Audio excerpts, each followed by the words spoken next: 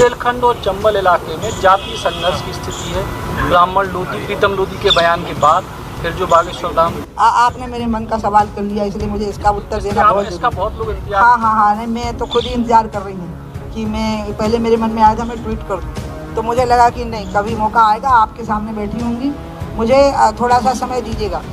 क्योंकि इसका जवाब आप कितना दिखा पाते, मैंने कहा ना महत्वपूर्ण नहीं, मैं तो रिपोर्ट कार्ड दे रही हूँ, आपको पता होना चाहिए कि मैं क्या सोचती हूँ, तो आप जितना दिखा पाएंगे, लेकिन आपके मन के बैकग्राउंड में तो मेरी कही हुई बात निहित रहेगी ना, कहीं रिकॉर्डेड रहेगी। पहली बात है कि प्रीतम मेरी बहन के रिश्तेदार हैं, मेरी बहन की पोती उनके लड़के को ब्याही है,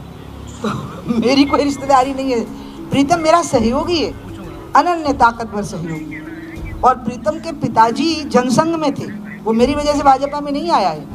वो भाजपा में था तो 1989 दिसंबर में हुआ ना, तो 90 का चुनाव लगता है, वो जो लोकसभा का चुनाव हुआ जिसमें मैं चुनाव जीती, प्रचंड मतलब रिकॉर्ड बनाया मैंने मध्य प्रदेश में, उसमें प्रीतम की भाजपा ने ड्यूटी लगाई खजुराहो में मेरी सीट पर, तो प्रीतम से मेरा तब से परिचय हुआ। पूरे 30 साल से वो बिल्कुल मुझ पर जान निछावर करने के लिए तैयार रहा, और जब मैं भाजपा से अलग हुई तो वो अलग हो गया, जनशक्ति में आ गया, तब उस पर पूरे केस बने हैं, क्योंकि बहुत ताकतवर व्यक्ति है वो, और उससे उधर के जो सामंती वर्ग हैं ईर्ष्या करते थे, तो जैसे ही वो भाजपा से बाहर हुआ था तो उनकी बनी आई, तो उन्होंने तो उस पर इतने केस बनाए कि बेचारे को माफिया, डकैत, तो पता नहीं क्या क्या बना दिया, जबकि वो बहुत 84 के दंगे में सिखों को, हजारों सिखों को महीनों तक खाना खिलाता रहा था, गरीब आदिवासियों की वो इतनी सेवा करता रहा है,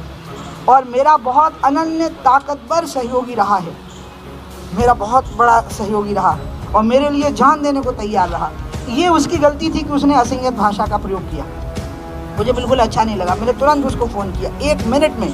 जैसे ही वो वीडियो मैंने देखा, मैंने कहा प्रीतम तुमने ये क्या कर दिया, तुमको क्या हो गया है, तुम ऐसी भाषा का प्रयोग क्यों किए, गलत बात है, तुरंत माफ़ी मांगो, और यहाँ आओ बीडी शर्मा जी से बात करो। वो आया, बीडी शर्मा जी से बात की, माफ़ी मांगी, फिर पार्टी ने कार्रवाई की, तो मैंने समझाया कि देखो नूपुर शर्मा पर भी पार्टी ने कार्रवाई की है, तो ये मत कहो कि इसमें कोई भेदभाव है, नूपुर शर्मा है जिस पर कार्रवाई हुई है, उसको निकाला है पार्टी ने, तुम पर भी कार्रवाई हुई है, मैंने कहा, लेकिन तुम असंयत भाषा का प्रयोग करके ठीक नहीं किए। एक मुद्दा मुझे इस पर आगे दूसरी बात कहनी है, बहुत ज़रूरी है, क्योंकि I am getting a chance कि मैं अपनी बात कह दूँ। आपको 2-3 बातें बताया, जैसे रतन सिंह को हमारा रिश्तेदार बता देते हैं आप लोग, वो रिश्तेदारी मेरी बहन की बेटी ब्याही गई है 2003 में, और रतन सिंह जनसंघ के ज़माने से, वो बीजेपी से तब चुनाव लड़ रहे थे जब मैं बीजेपी में थी ही नहीं, मतलब मेरी उम्र ही नहीं थी बीजेपी में होने की। अब तो बहुत दिक्कत आ जाएगी, जैसे बीडी शर्मा को स्तुति ब्याही है, वो कांति रावत मिश्रा की लड़की है, अब कांति तो बीडी शर्मा से पहले से बीजेपी में है, ने अपने नड्डा जी ब्याहे हैं बनर्जी परिवार में, जब नड्डा पैदा नहीं हुए थे तब से जयश्री बनर्जी और उनके जो पतिदेव थे वो जनसंघ के फाउंडर मेंबर्स में से हैं वो लोग, मतलब वो 60-70 साल पहले का मामला है, अब वो तब से चले ही आ रहे हैं, तो हम कहें कि वो उनकी वजह से राजनीति कर रहे हैं, ना ऐसा नहीं होता। इसी तरह से मेरा मामला है, इसमें ये रिश्तेदारियाँ मेरे परिवार से हैं। जैसे अखबारों में आया मेरी बहू चुनाव लड़ी, मेरा दर्द सुनना पड़ेगा, मेरे कोई बहू नहीं, बेटा ही नहीं है, बहू कहाँ से होगी, मेरे भाई का बेटा है वो, जिसकी वो पत्नी है। मैं रिश्तेदारी नहीं मानती ना, आपको पता नहीं, मैं रिश्तेदारी नहीं मानती हूँ, संन्यास ले लिया है मैंने, अपना पिंडदान, अपना तर्पण खुद किया है। दीदी माँ बोल, इसलिए तो दीदी बोलने के लिए बोलती हूँ कि आप लोग मुझे दीदी बोलो, ये बुआ मौसी ये सब मुझे बिल्कुल नहीं जमता। बल्कि जब मैंने संन्यास नहीं लिया था तब एक आध बार जब मेरी शादी तय होने लगी, जो बाद में मैंने एक बारात लौटा दी थी अंत में, तो वो लड़के जो डॉक्टर साहब थे उनके मित्र एक आध बार मुझे भाभी कह दी, मैंने कहा आई एम सॉरी, नहीं कह सकते आप, शादी नहीं हुई है तो भाभी कैसे हो जाऊँगी। तो इसी तरह से ये बहू बेटा रिश्तेदार प्लीज़ इससे मुझे मुक्त रखिए। लेकिन प्रीतम मेरा बहुत बड़ा सहयोगी रहा, और प्रीतम ने बहुत बड़ी गलती की असंयत भाषा का प्रयोग करके। अब ये जो दूसरी बात है ना जो आपने कही, ये बहुत महत्वपूर्ण बिंदु है, वो ये है कि मैं शुरू से ही शिवराज जी को कह रही हूँ कि क्षेत्रीय और जातीय संतुलन बिगड़ा हुआ है सत्ता में और प्रशासन में और शासन में। ग्वालियर संभाग का भी बिगड़ा हुआ है, सागर संभाग का भी बिगड़ा हुआ है, रीवा संभाग का भी बिगड़ा हुआ है। और मैं मंत्रिमंडल का जो दूसरा विस्तार हुआ, पहले में तो 3 बने थे, दूसरा जब हुआ तो मैं दुर्भाग्य से मैं लखनऊ में CBI कोर्ट में पेश होना था मुझे, तो मैं वहाँ थी। तो जैसे मैंने टीवी पर पट्टी देखनी शुरू की, मैंने कहा भैया प्लीज़ आपका जो नाम आ रहे हैं मंत्रियों के, इसमें रीवा संभाग नेगलेक्ट हो रहा है, इसमें ग्वालियर संभाग नेगलेक्ट हो रहा है, क्षेत्रीय और जातीय संतुलन बिगड़ा हुआ है, ये ठीक नहीं है, इससे कभी असंतोष भड़क सकता है। तो उन्होंने जो उत्तर दिया वो मैं नहीं दूंगी, क्योंकि मैं बताऊंगी नहीं, क्योंकि हम दोनों की प्राइवेट बात हो रही थी। लेकिन मैंने ये इशारा पहले कर दिया था कि सत्ता में, शासन में, प्रशासन में भागीदारी में असमानता नहीं दिखनी चाहिए। स्वास्थ्य सेवाओं में, शिक्षण संस्थाओं की सेवाओं में भी बहुत असमानता आ चुकी है और ये असमानता विभिन्न रूपों में भड़केगी और अराजकता उत्पन्न करेगी। इसलिए प्रीतम तो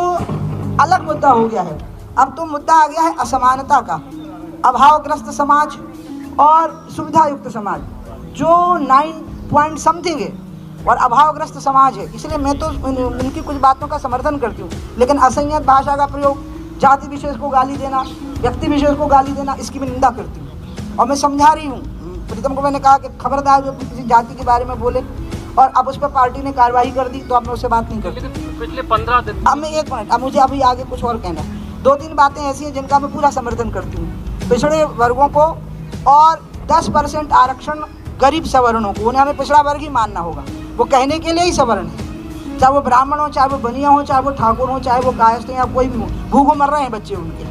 बेरोजगारी के शिकार हो रहे हैं, पढ़ने लिखने की, उनको मिलना चाहिए 10% आरक्षण। प्राइवेट सेक्टर में जब आरक्षण की मांग हो तो 10% उनको भी मिलना चाहिए आर्थिक आधार पर। लेकिन ST, SC और OBC को प्राइवेट सेक्टर में आरक्षण मिलना चाहिए और उसके साथ 10% सवर्णों को भी गरीबी के आधार पर वो उनको पिछड़ा ही माना जाए क्योंकि वो आर्थिक आधार पर पिछड़े हैं, वो मिलना चाहिए। सामाजिक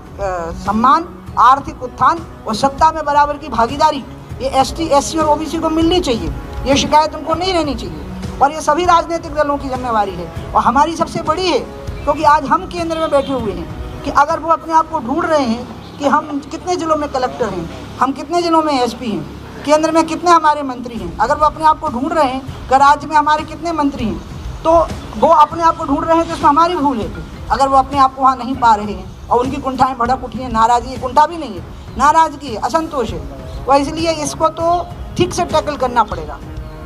पूरे देश को। ये सभी राजनीतिक दलों की जिम्मेवारी बनती है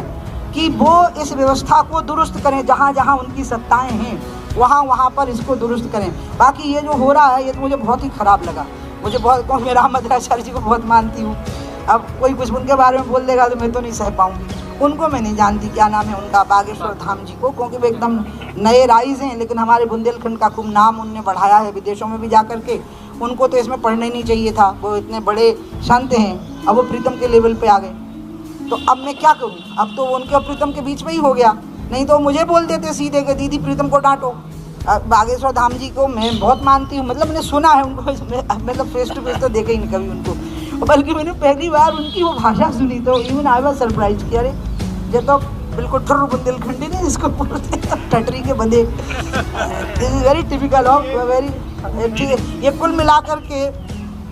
अप्रिय प्रसंग हो गया और इस अप्रिय प्रसंग को ठीक करना मेरा काम नहीं है, ये राज्य सरकार का काम है, समाज सेवियों का काम है, संतों का काम है कि वो इसको ठीक करें। बाकी जो संघर्ष का आज एक जो उमड़ाव आ रहा है और भीड़ उमड़ रही है, ये पूरे देश में भी उमड़ने की स्थिति बन सकती है। इसलिए जितने जल्दी हो सके हम इन चीज़ों को दुरुस्त कर लें। अमीर और गरीब के बीच में एक खाई आ गई है, रोटी सबको मिल रही, भूखों लोग नहीं मर रहे, लेकिन जीवन की सुविधाओं में अंतर आ गया है। बच्चों को पढ़ाने के लिए लोगों को मशक्क़त करनी पड़ रही है, अपने पेट काटने पड़ रहे हैं प्राइवेट